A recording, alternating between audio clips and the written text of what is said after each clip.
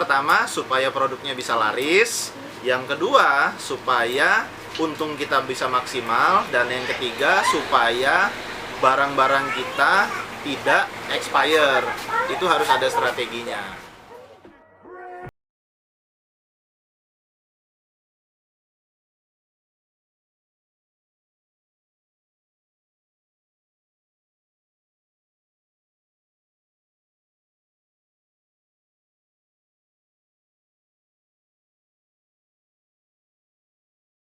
Halo, Assalamualaikum warahmatullahi wabarakatuh. Kembali lagi bersama saya Rizky Kurniawan di channel Tos Serba Kurnia.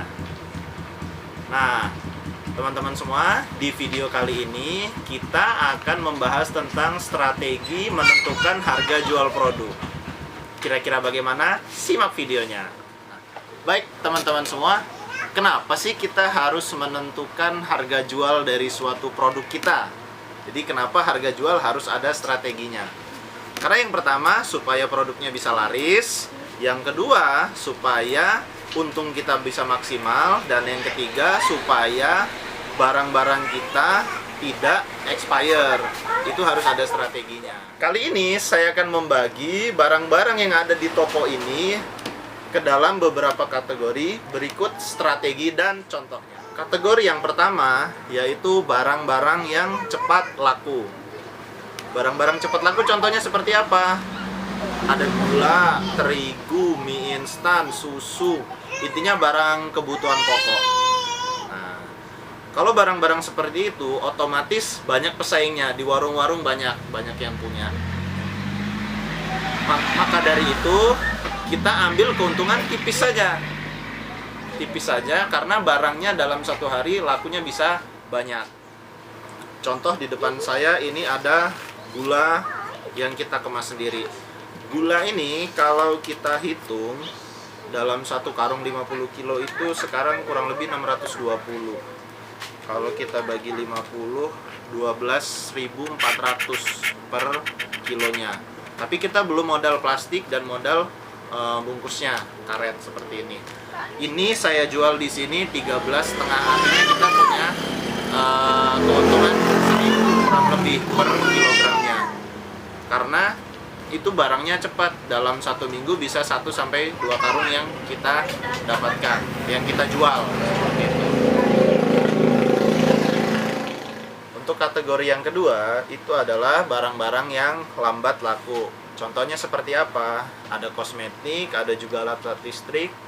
Kalau di toko kita ada juga alat-alat motor. Itu barang-barang yang belum tentu dalam satu hari ada yang mencari.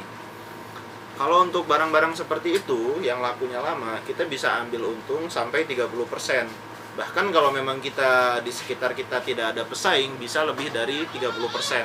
Terutama untuk barang-barang yang modalnya memang sudah tinggi.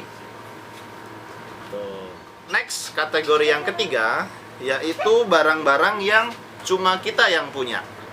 Nah, ini masih satu kaitan dengan yang kategori nomor 2 tadi. Biasanya barang-barang lambat itu jarang yang punya stoknya. Jadi cuma kita yang punya otomatis. Kosmetik itu belum tentu semua sembako punya. Terus alat listrik juga belum tentu. Terus alat motor tuh apalagi. Tapi kita punya ban motor, oli motor. Itu kebetulan kita melengkapi karena ada terus yang tanya, jadi kita lengkapin. Nah, untuk barang-barang yang seperti itu sama, kurang lebih bisa di angka 30%. Bahkan bisa lebih dari itu, tergantung jarak kompetitor dari kita. Kalau memang sekeliling kita tidak ada pesaing atau orang pun harus pergi jauh, kalau tidak ada di kita, bisa kita lebihkan dari harga standar umum. Tuh.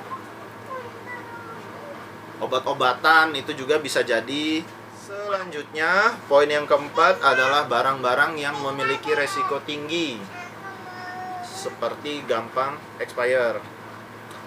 Kalau untuk barang-barang yang seperti itu, kita ambil keuntungan tipis saja. Yang penting barangnya cepat habis, supaya kita tidak beresiko mengalami expire barangnya.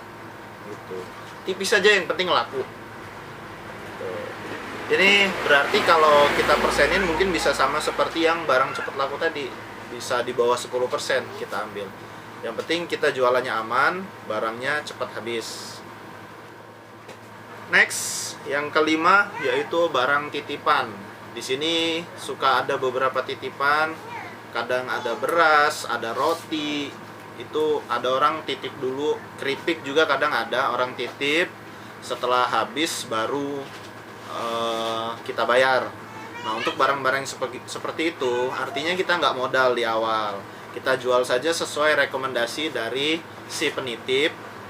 Jangan lupa kita promosikan gitu, karena kita sudah diberikan bantuan, diberikan kesempatan untuk menjualkan barang tanpa modal. Artinya kita dibantu, diberikan barang dagangan. Jadi sebisa mungkin kita balas dengan cara merekomendasikan. Jadi barangnya bisa cepat habis. Gitu. Syukur-syukur kalau misal nanti kita ada promo, bisa kita kasih kesempatan untuk bisa promo juga. Gitu.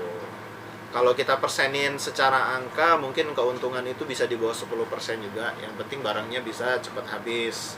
Jadi yang nitip ke warung kita nggak kapok, karena barang di kita habis terus. Next, kategori yang terakhir yaitu barang sponsor.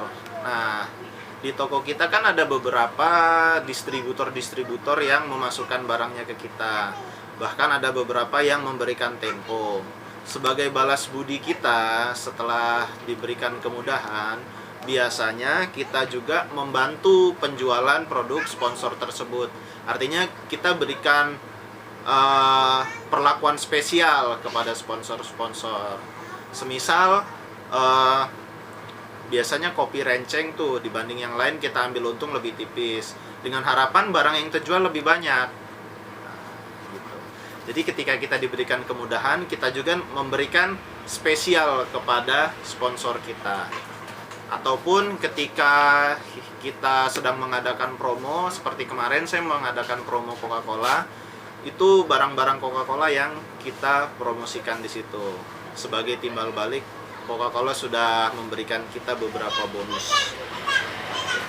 Jadi kalau kita sedang menjualkan produk, saya tetap lebih memilih produk-produk sponsor yang saya prioritaskan untuk dijual terlebih dulu daripada produk-produk bebas. Kalau ini kita buat persen sih tidak terlalu tinggi ya, mungkin sekitar 10-15% keuntungannya dari produk-produk sponsor, kecuali produk-produk yang memang lebih laku di pasaran. Tuh. Nah, jadi itu tadi ya beberapa kategori barang dan beberapa strategi pemberlakuan harganya. Kalau misal ada yang belum saya sebutkan, teman-teman bisa menambahkan di kolom komentar di bawah supaya kita sama-sama bisa belajar. Jangan lupa subscribe, like, dan juga klik lonceng notifikasinya supaya teman-teman semua mendapat update video terbaru dari kami. Terima kasih yang sudah menyaksikan sampai akhir. Wassalamualaikum warahmatullahi wabarakatuh.